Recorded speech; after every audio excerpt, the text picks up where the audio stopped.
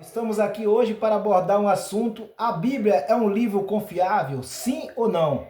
E para estar abordando esse assunto, 25 ateus contra um cristão vai estar falando esse assunto hoje. E eu quero que vocês estejam comentando aí, né? Deixe sua opinião. A Bíblia é um livro confiável, sim ou não?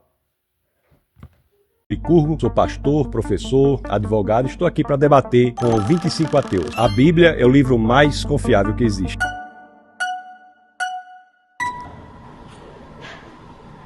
Tudo bom? Olá. Seu nome é? Beto. Prazer, Beto. Prazer. Tassos. A Bíblia é o livro mais confiável que existe. Porque na minha cabeça, qualquer um pode simplesmente escrever um livro, dizer que foi iluminado por alguma coisa e as pessoas acreditarem, né? E documentar de alguma forma, né? Eu acho que falta provas palpáveis pra gente poder dizer que a Bíblia é o livro mais confiável, né? Eu posso lhe apresentar algumas. A Bíblia é um documento. São 66 livros, 39 do Antigo Testamento, 27 do Novo, escritos por cerca de 40 autores. 31 dos 40 escreveram os 39 do Antigo Testamento, 9 dos 40 escreveram os 27 do Novo, num período de 15 séculos. Quando nós analisamos, são pessoas de repertório, backgrounds totalmente diferentes. Nós tínhamos pescadores como Pedro, reis como Davi, tínhamos filósofos treinados da mais alta envergadura, como é o caso de Paulo. E quando nós olhamos em 15 séculos, você tem um argumento extremamente consistente. E não é só isso. Um livro é confiável nos critérios que utilizamos na academia quando ele traz elementos no texto que podem ser investigados. A base do cristianismo, de acordo com Paulo, na primeira carta aos Coríntios, no capítulo 15, no verso 14, é um fato que não apenas se pretende verdadeiro, mas também é investigável. Quando ele diz: se Cristo não ressuscitou, é vã a nossa fé, é vã a nossa pregação. Então veja que a base histórica do cristianismo é um fato que é público, a ressurreição pública de um homem. Existe na academia muitas pessoas que dedicam a vida ao estudo das provas históricas da ressurreição. Então um dos critérios importantes para a veracidade e confiabilidade das escrituras de qualquer livro da antiguidade é se ele parece dizer a verdade. Então a Bíblia não se esconde. Não é só saber se o texto parece dizer a verdade, mas saber se ele não foi modificado no passar do tempo. Isso é muito importante saber, é uma pergunta muito importante.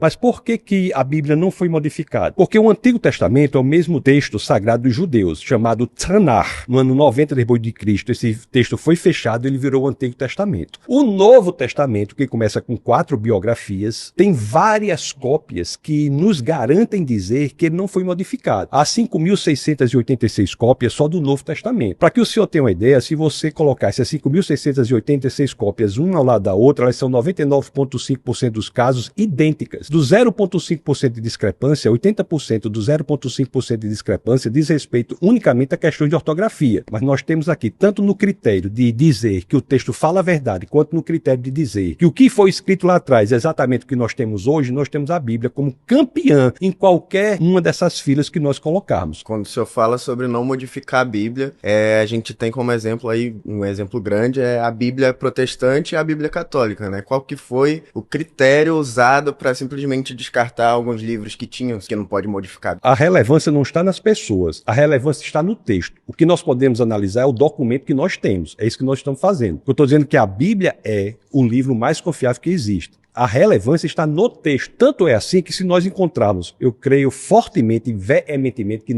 isso não irá acontecer. Mas se nós encontrarmos, por exemplo, uma carta escrita por Paulo, essa carta escrita por Paulo não vai ser acrescentada à Bíblia. Tem livros na Bíblia que nós não sabemos nem quem é o autor. O livro de Hebreus, por exemplo. Isso é interessante, nós não sabemos quem é o autor. Então você veja que a relevância está no texto. O que eu estou colocando aqui são elementos de extrema relevância que dizem respeito ao texto, independentemente do que a pessoa pense em relação ao autor. Não é o autor que tem a garantia da confiabilidade do texto, mas é o texto em si, pelo que nós analisamos hoje, pela confiabilidade que nós temos, que ele é o mesmo que foi escrito lá atrás, que nos dá essa garantia que ele é muito mais confiável do que qualquer outro livro escrito na história da humanidade. Muito obrigado pela interação.